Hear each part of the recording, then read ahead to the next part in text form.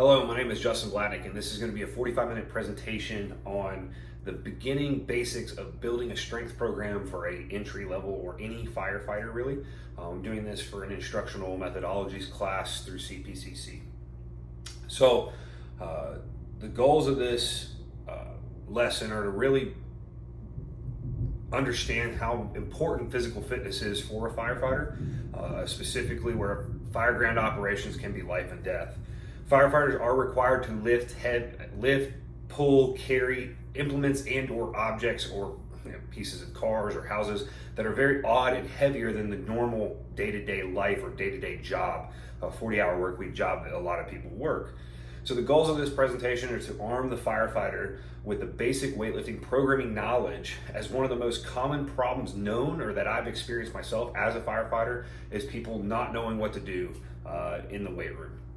So we want to teach the firefighter how to build their own weight training program with maybe the equipment that they have and or their experience in the weight room. So it could be that they played high school or collegiate sports and they have a very well-versed knowledge, but we can use this same presentation to try to push them towards selecting the right exercises and set rep schemes for their progress versus somebody who has never touched a step foot in a weight room in their life, but still may also be a firefighter.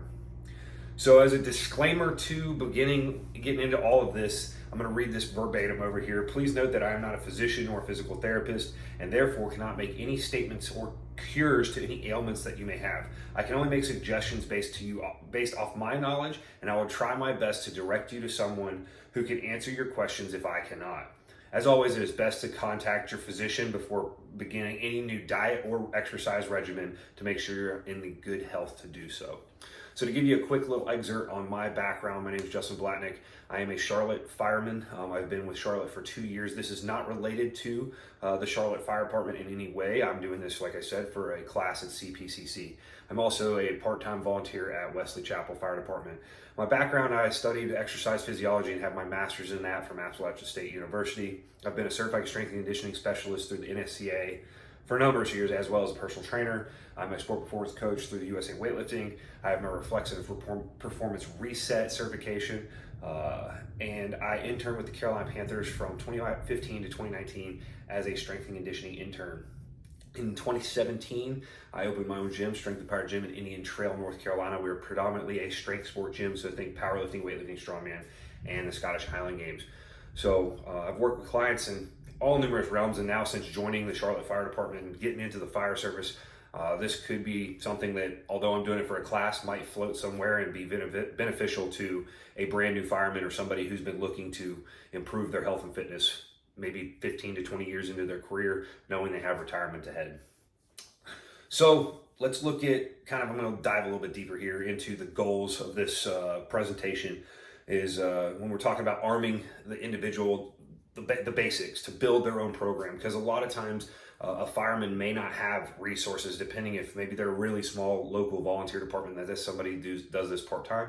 I need to teach the basics to you of how to do things on your own. You may not have the money, the resources or whatnot to reach out to somebody with this knowledge and get that. So maybe you can start with this, start with very, very beginner basics and start building a base. Because you hear the adage of a pyramid is only as tall as its base is wide. So we got to build that wide base of beginning fitness for the firefighter.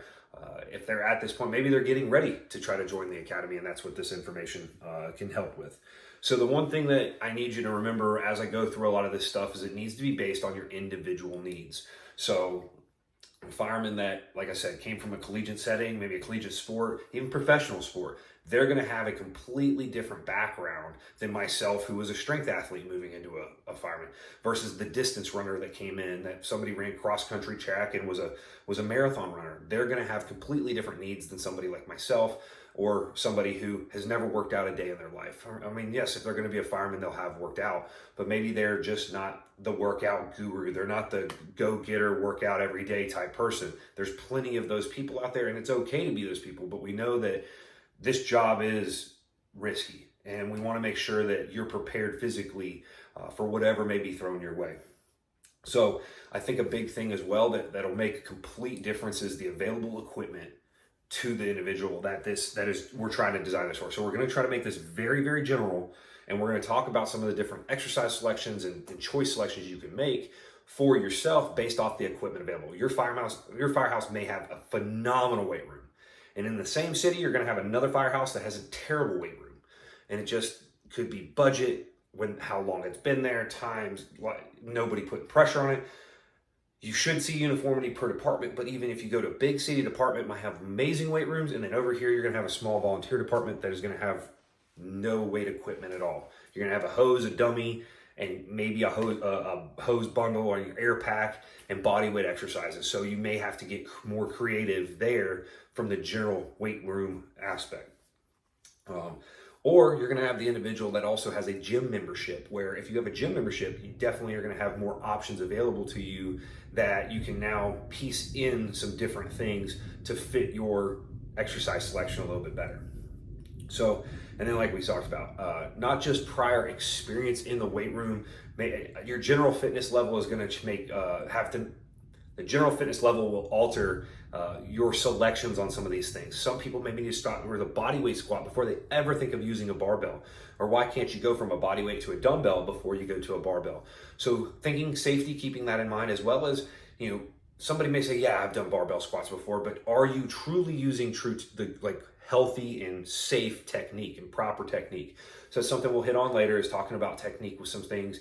And it may be that you need to go get a personal trainer. So that's okay. Find a trainer, a coach, another well-versed, somebody that you really trust, that really knows their stuff from an exercise physiology standpoint and or how to move in the weight room. Maybe somebody that was that collegiate athlete that they were like, man, my strength coach in college was amazing. They taught us this stuff. They made us do this very simple way. And now look where we're at. We're able to really get after it way post-college. So they may be the person that can help you, teach you how to do things the right way. So let's move on into kind of some goal setting ideas and what we're going to really try to get with your individual program.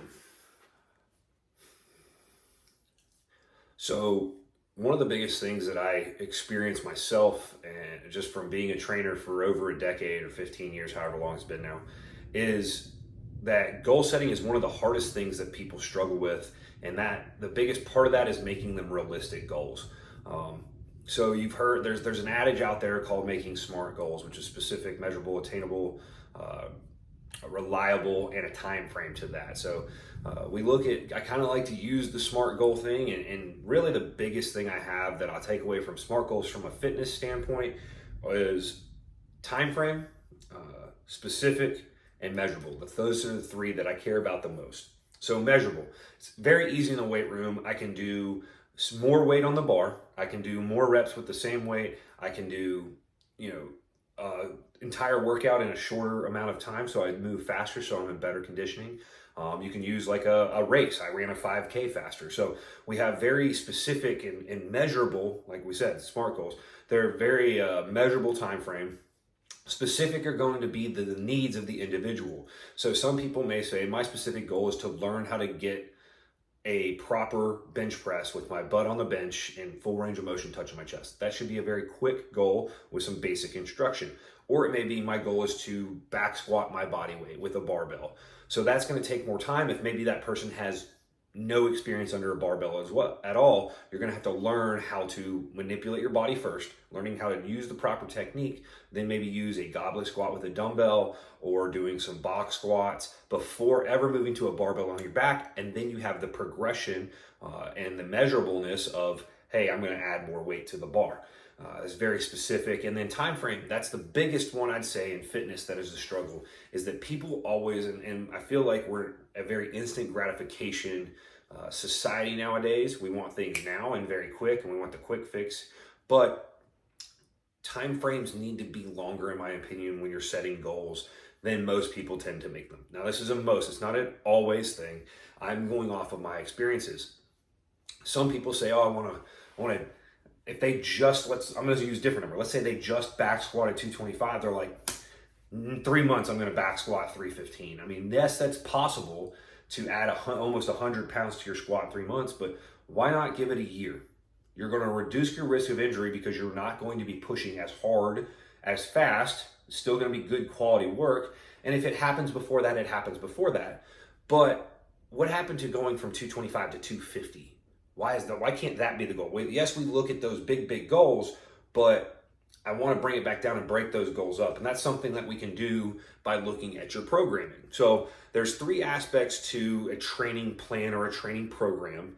And that's how we can kind of break down our phases. So you want to train in phases, or this is a very common way. It's not the only way, but this is the common way to look at building a training program.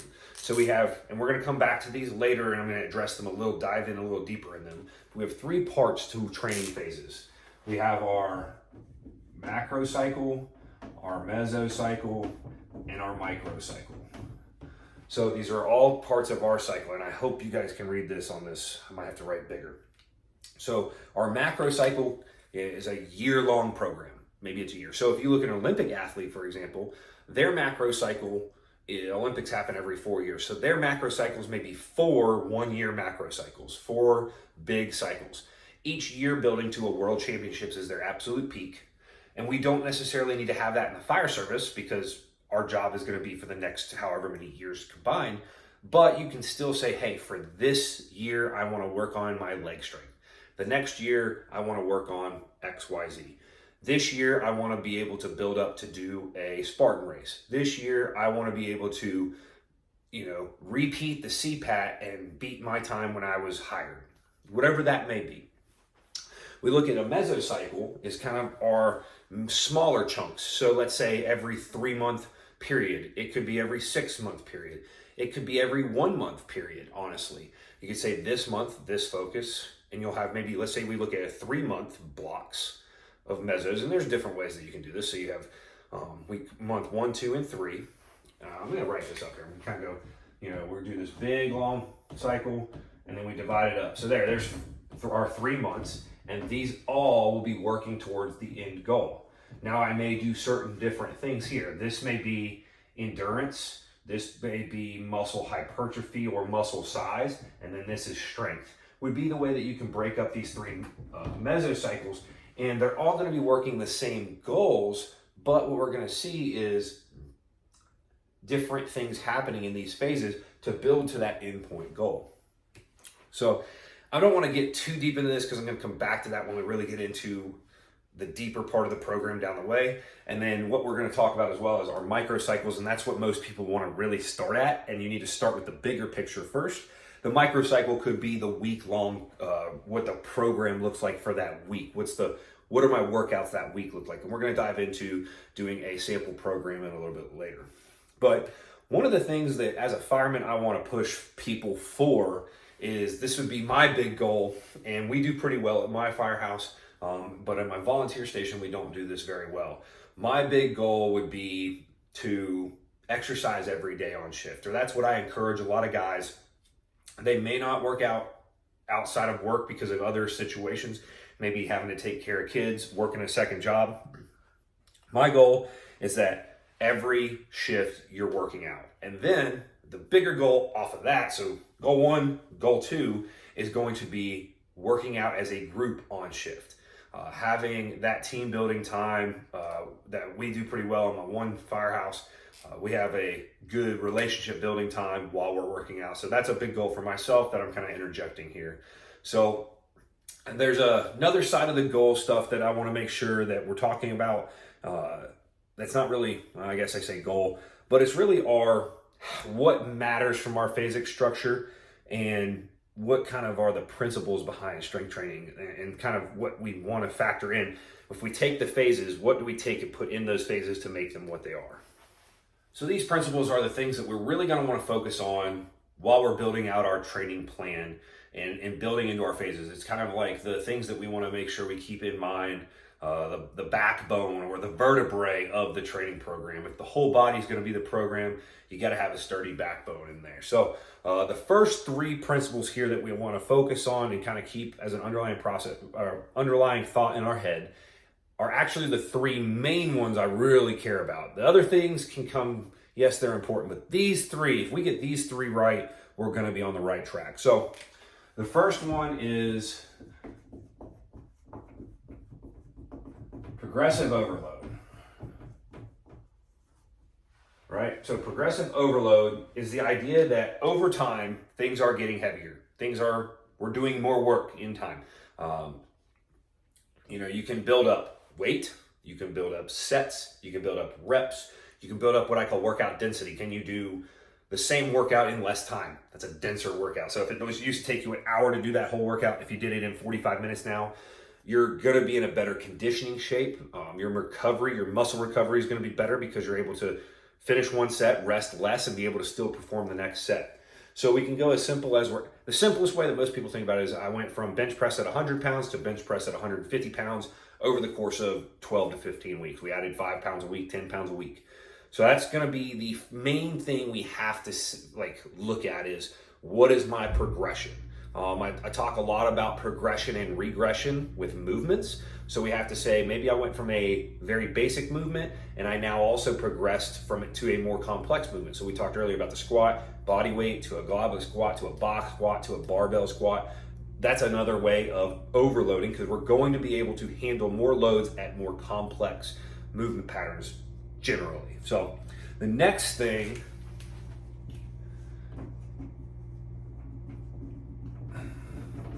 that we want to focus on is specificity. So if you can't improve your leg strength if you're not training legs. So if you have smaller legs, you have weaker legs, if you work downtown and high rise really whoops your butt, you may have to train your legs and get your legs stronger. Yes, there's a cardiovascular component to everything. We have to talk about that. But training legs gets better with legs. You can't just train upper body and expect your legs to get better. So you do have to be specific with what you're doing. There's different parts of the leg. Am I training my front, the quad? Or am I training the hamstrings and glutes in the back? And the third thing that most people are gonna like that we talk about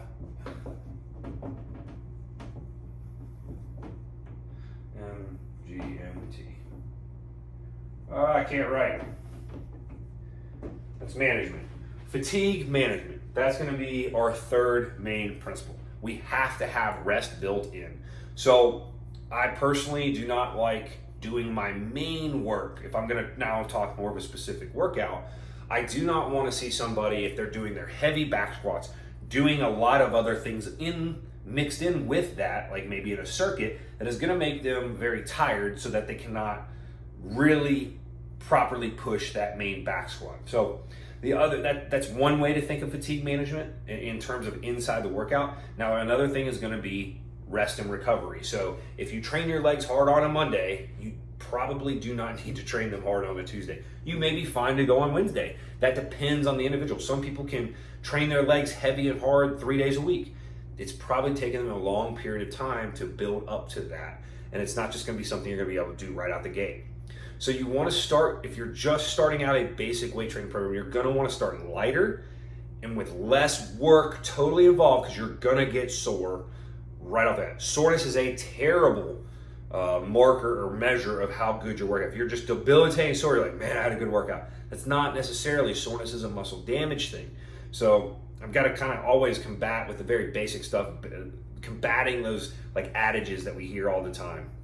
So you may want to say, and works with a lot of schedules, if you just work out the days you're on shift when you're a very beginner, that'll give you the days off in between to get some rest and recovery in. And then as you get better and better, you can start doing some stuff on off days, or you can start adding more and more to those workouts. So those are your main three principles that if you get those things right, you're going to be doing right. Now, the one thing is you can't overdo fatigue management. You don't need to overdo it. You don't need to say, oh man, I worked out once a week. That's good. No, you do need some higher frequency with that. So this kind of relates into the second group here. I'm going to kind of put a line here. Number 4 is the SRA. And this kind of goes with specificity. It's called stimulus response adaptation. So we must train the muscle groups, and it has to be an adequate training stimulus for the muscle to respond. So for an example, we're just going to use a bicep curl. If I can curl 20 pounds for 10 reps, and it is very difficult, I'm not going to get a lot out of if I was doing 15 for 10 reps.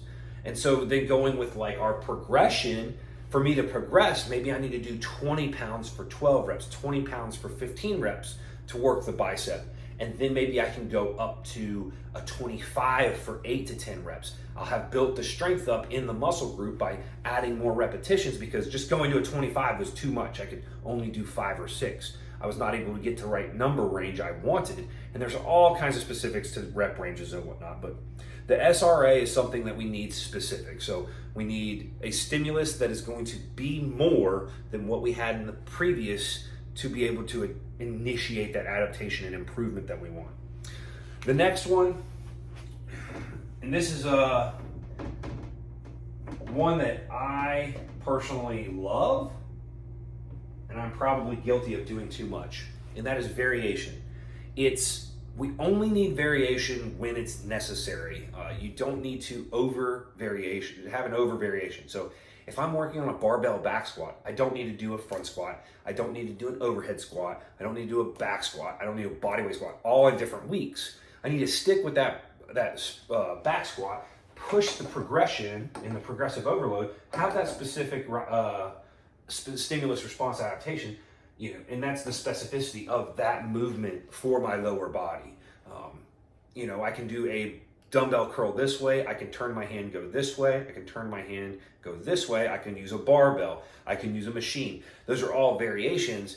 And the variation for me is, let's push one variation until we get kind of a stalling from a progression standpoint, where we can't change that stimulus response adaptation anymore, and we've done some progression. Once we kind of stall out, now let's change the variation. So we're giving a different stimulus that's going to be specific to the same muscle group for the adaptation we want, and then we can try to progressively overload that. So the one thing that I love about variation, though, is it makes things fun. Workouts can be monotonous. If I go in every week and the workout is the exact same, it can get kind of dragging and whatnot. So that's something that you have to make sure you play with. Now we have the last two are pretty self-explanatory, 6 and 7. And I kind of already hit on one of them. I'm struggling to write today. Oh my gosh. And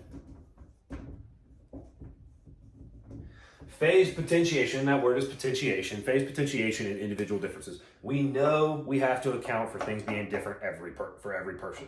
Now, can the whole firehouse do the same workout? Yes. Different people may need different weights.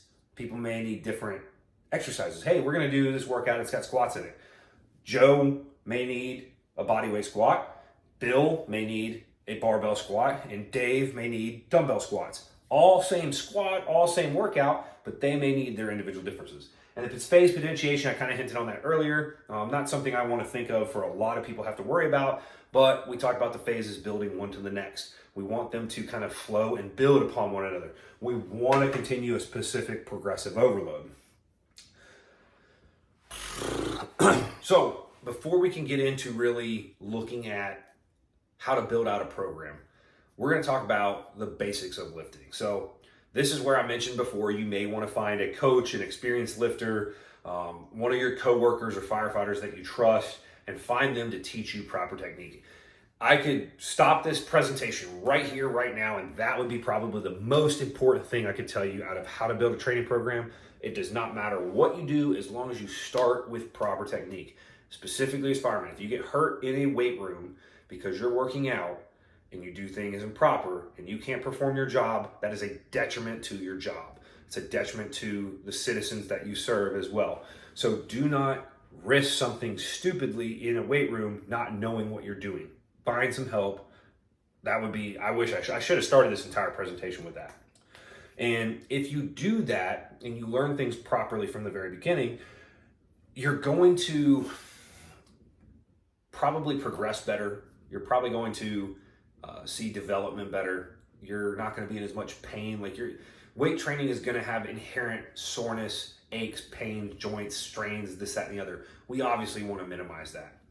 So one of the things also is, and I'm a big proponent of this and I'm about to dive into it, is movement over muscle, and muscle will come. So if you learn how to do a bicep curls properly in a full range of motion, and you go fully extend them, and we use the bicep a lot because it's a single joint, simple movement, and you learn how to go through a full range of motion, and it's going to be more difficult with more complex movements, that muscle will grow better over time.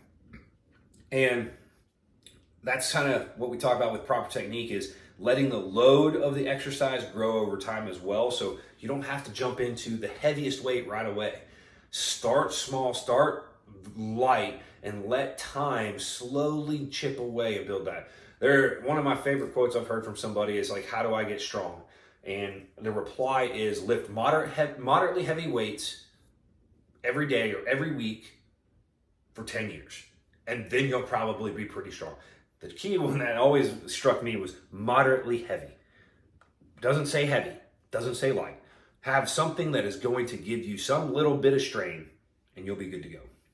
So when I talk about movement and muscles will come, movement over muscle, we have to think of movement patterns. So we have a squat, hinge, push, pull, and I put these all together. So, and I'm going to kind of dive into what some of the differences in some of these are. So we have to think, we cut the body into segments and we look at the motions that our body does.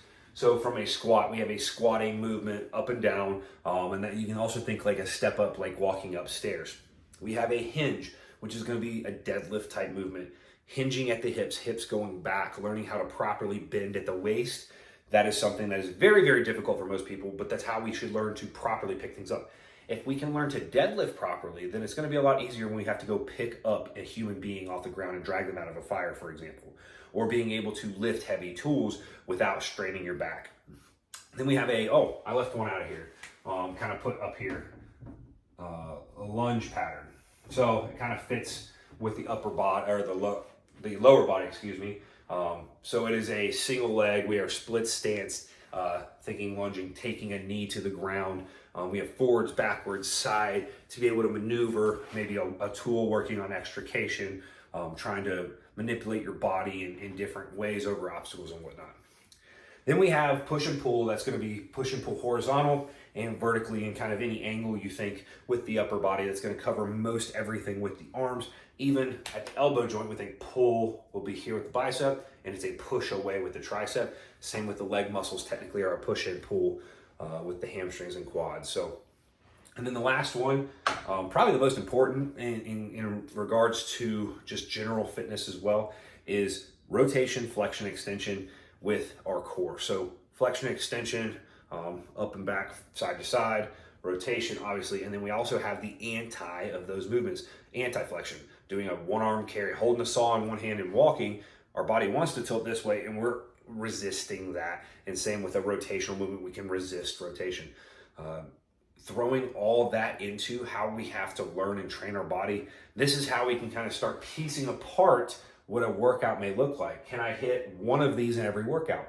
Can I do two of one and two of the other in a different workout? Can I split it up that way? We're gonna get into that in a little bit. And so we talked about it with progressive overload being our main principle. We want to talk about progression and regression. I've already hinted at it quite a bit with knowing your limits and your equipment. So if I have dumbbells and a barbell available, now I can go from a body weight squat, a dumbbell squat, to a barbell squat. We've mentioned that one a lot. So you may even need assistance on certain things. If you're in a basic, in a gym environment, like I said, a commercial gym, they may have an assisted pull-up machine where you're using assistance. That's one variation. You can use a band for assistance, or you can even go do a lat pull down at a lighter weight, or are going to be vertical pull motions that are going to have different progressions and regressions. A lat pull down is going to be very easy to do because you can set the weight very lightly, as well as you could with a machine give yourself a lot of assistance for a pull-up. But I'm going to say a lat pull down is a lower regression for myself. It's going to be very simple compared to doing a pull-up. Assisted pull-up is going to have a little bit more complexity in it. Your actually body is moving versus you being stationary with a lat pull down. One thing I do with progression regression is start with a lower number of sets and reps and then assess your soreness. So like I said, the very beginner, maybe 2 sets of 8 on an exercise or 2 sets of 10 on an exercise. And if, let's say, your very first workout, you do one exercise for every body part. You do a push, pull, 2 sets of 8, push, pull, 2 sets of 8. And then we assess the next week, hey, how sore was I after that? Oh, I was pretty sore. Okay, so maybe I need to just add a little bit of weight, or maybe I say I can go from 2 sets to 3 sets. Now let's reassess my soreness. So you just kind of have to pick what your progression is going to be, but start low if you've not ever done anything like this. So, and I've got it as another bullet here, is that soreness is not a great indicator of that workout. The one thing, and I just mentioned soreness, but the one thing is we look at that third principle was fatigue management. How fatigued are you after that workout? So, all right, let's get into the part that everybody wants to do, is let's build out a workout program. So let's go back and touch back on those phases. We had our macro cycle, our mesocycle, and our microcycle. So remember, our big goals are going to be our macro cycle. And so we're going to look at this program. Like I said, entry-level firefighter has never done anything. Our big goal is going to build general muscle strength, and then we're also going to say size. We want them to put on a little bit of muscle on their frame, and because a bigger muscle has the ability to be a stronger muscle. So we're going to break that big goal down into smaller chunks. Our mesocycles, right? Our first mesocycle, and that's what we're going to draw up, is going to be intro to the basics of movement. We're going to also make a big assumption that this is a general firehouse weight room that has maybe a rack with a barbell and plates and a bench and dumbbells. That's all we're going to assume that we have. And then obviously we can maybe piece together a couple other random things, but that's going to be what we're going to go off of for equipment. Very simplistic equipment, and we're going to have to start and work with that. So,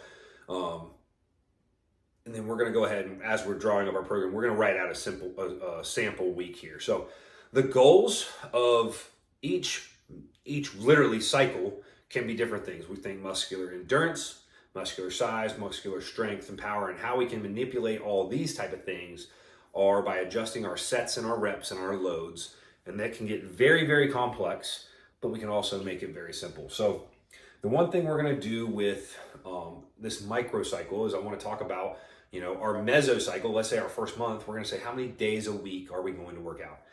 And I'm just going to make an assumption, and it's not going to be perfect, but we're just going to say 3 days a week just for simplistic sake. So day 1, day 2, and day 3.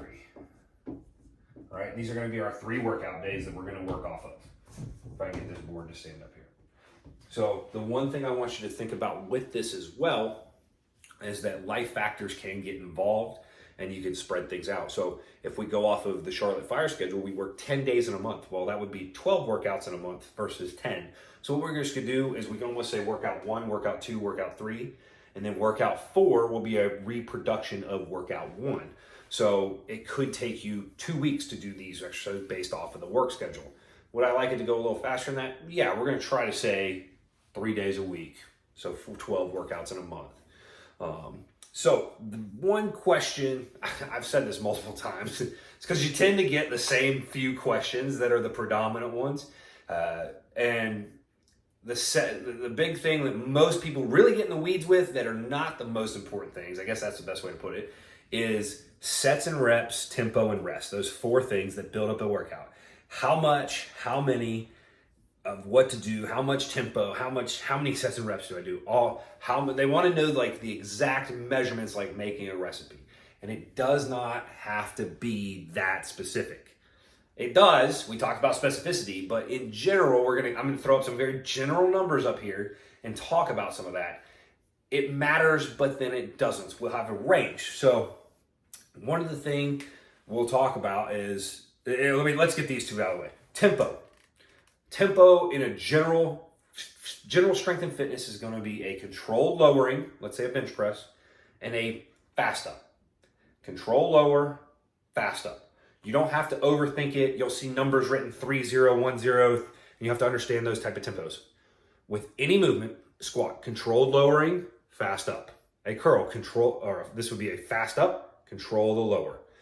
I didn't say, hey, it has to be a 5 count lower, a 3 count lower. That's it. Rest times. I've found through years of doing this, in general, most rest as needed. More load equals more rest. So heavy squats might need more rest than a leg extension or a leg curl. And I try to build some fitness and some cardiovascular work into my workout where maybe my squats, I take a little more rest because they're heavy.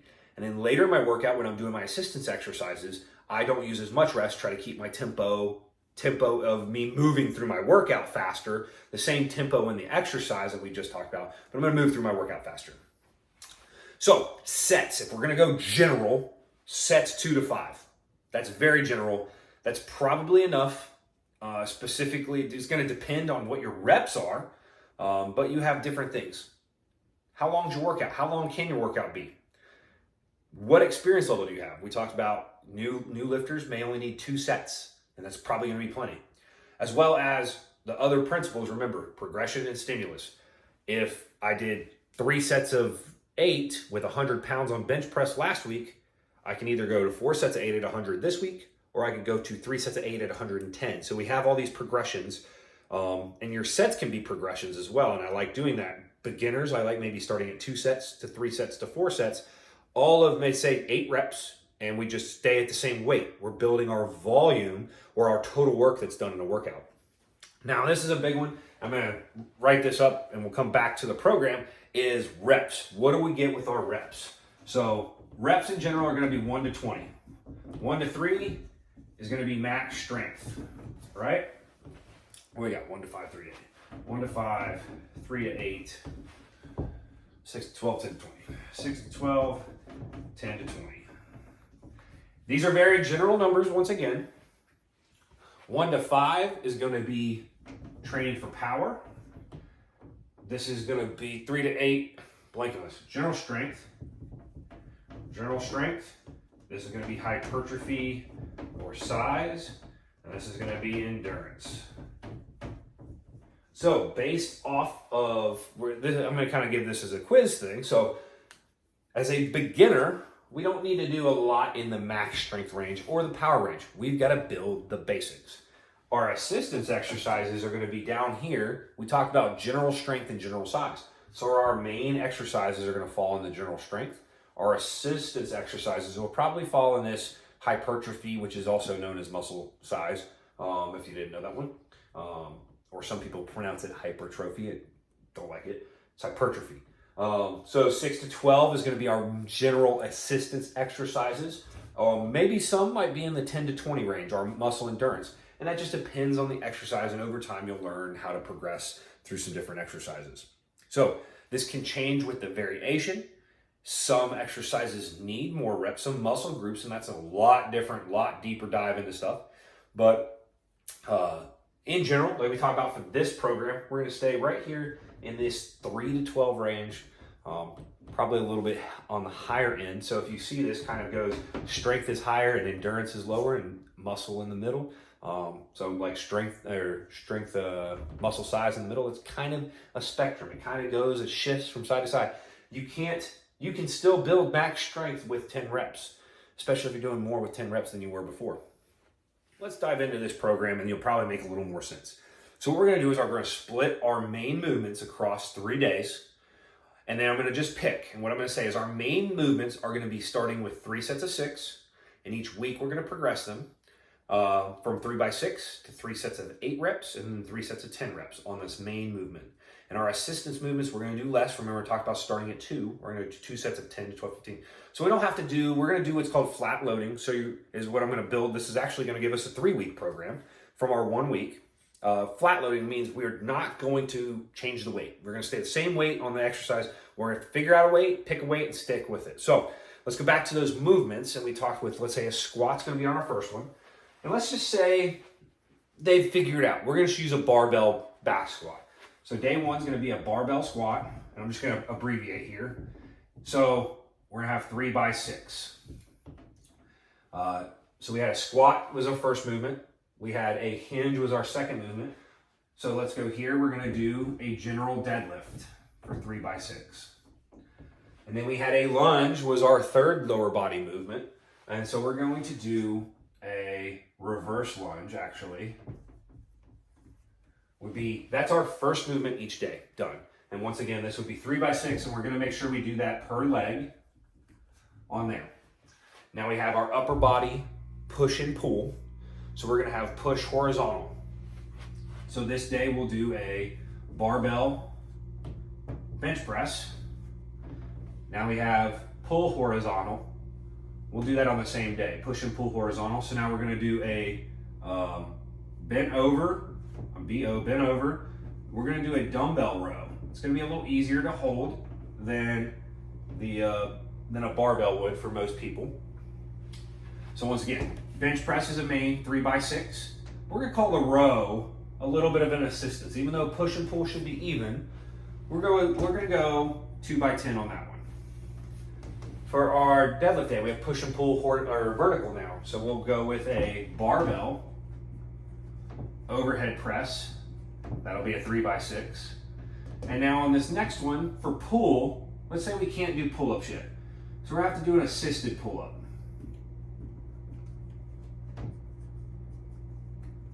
Now, how are we gonna assist those? Let's say we just have a teammate hold our feet, or a teammate, other firefighter hold our feet. We're gonna go ahead and work on 2x10 on that one as well. So if you kind of see like tier 1, this is 3x6 here, the first one's this next row is gonna be 3x6. Then we're gonna go ahead and start getting to assistance. Well, we've already done push and pull for the upper body, so we're kind of run out over here when we get to day 3. So we can do literally just about anything.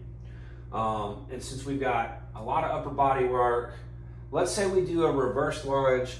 Let's say that's gonna work typically our quads and glutes. And this is where some experience, you're gonna have to kind of piece apart what muscle groups work with what exercises.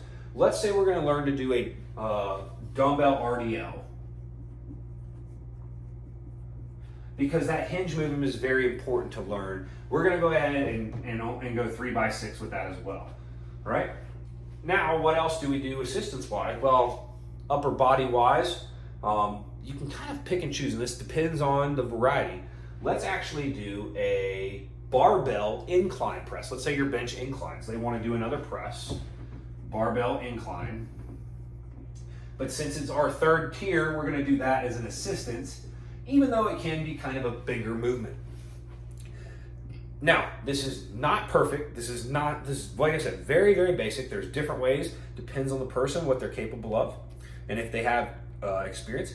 Now let's pick a couple other exercises that need to fit. Our other tier that we didn't talk about yet at all is that core tier. So rotation, flexion, extension, and anti-movements. So let's do that every day. That's important. Let's do that every day. And we'll keep that in that 2 to 10 maybe. So let's do so flexion might be a sit-up. And we'll do 2x10. And so here's the thing, 2x10 might be easy for most, or some, but it could be very hard for some.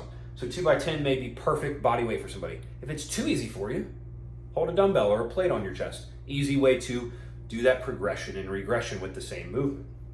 So we have a sit-up, rotation. Let's keep it simple and do a Russian twist. And we'll do that 2x10, but that will be per side. And on our last day, so we have flexion and we have rotation. So we could use some extension. Doing some sort of back extension is kind of hard. There's a movement out there called a bird dog that is actually very, very good core movement. If you don't know it, you've listened this far in this presentation, Google it. Love them. So we'll do a bird dog. And then it'll be 10 per side. 2 sets of 10 per side. So, bam, there's our workout. This is a very, very short workout. This may be a 30-minute lifting workout, especially for the beginner. That might be all you need. We can add way more to this. Hey, guys might really like to work their arms, so we can give them 2 more arm exercises on this day. Girls may work their butts. That goes on this. Very, very generalized with that. So it may do some extra glute exercises over here. Somebody may say, I have a lagging muscle group and I want to work on this. Like I have skinny legs, I need to work on my calves. They may add calves on this day. But this is 30 minutes, and if we do other things we didn't talk about, a proper warm-up and a proper maybe cardio after this, maybe we go do a 20-minute walk after this, or we go do some stairs after this just to work on our general conditioning. That would be a full workout. So, and then if we talked about progressing this for a couple weeks, if I use just my squat and we start, I'm just going to say they worked up to 100 pounds in week 1, week 2, and week 3, are still going to be 100 pounds, but from 3x6, we're going to go to 3x8 and then 3x10. So what that's going to do is give us the ability to not have to worry about a load. We can manage the load, but build up our volume and reps and not even change the sets. And what that's going to do is build that experience as well as build some muscle by doing that. And we're getting more reps to help us learn in the beginning. Another way we can do all that, and like I said, with our assistance exercises, I'm just going to draw a slash here. The 2x10s can go to 2x12 to 2x15, right? Another way we can do this is go from 3x6 to 4x6 to 5x6. Maybe that's the second month. So this is month 1. Month 2, we may add weight. What we can do for 3x6, let's say it's that back squat and we're up to 120. Now we can do 120 up to 5x6. The month after that, I can go 3x6, 3x6, 3x6. And I can go 140, 160, 180. And these are all different ways that we can do progression and regression.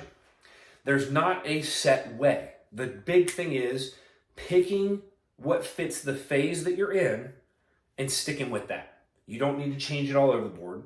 Keep it very simple and pick one and use that for progression. So, like I said, this is a very basic, very intro presentation. I hope you guys enjoyed it. If you've actually listened this far, I hope you got a lot out of it.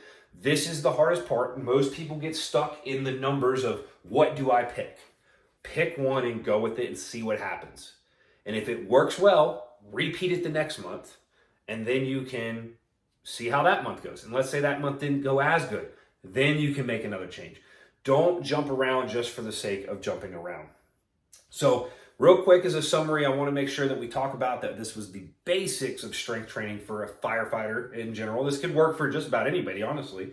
And it can be very simple at first, depending on your experience in the weight room, as well as your strength levels. Stronger people might be able to get away with doing some more advanced stuff. Know what your main priorities are and the goals of your program, and you want to build out from there. So start with the goals, and you have to list them out. If you have to, bullet point them out. This. Take that, and that's how you build your program off of it. And like we talked about a little bit ago, prioritize movement first, and the muscle and strength will come later. And will come much quicker and hopefully less injury prone.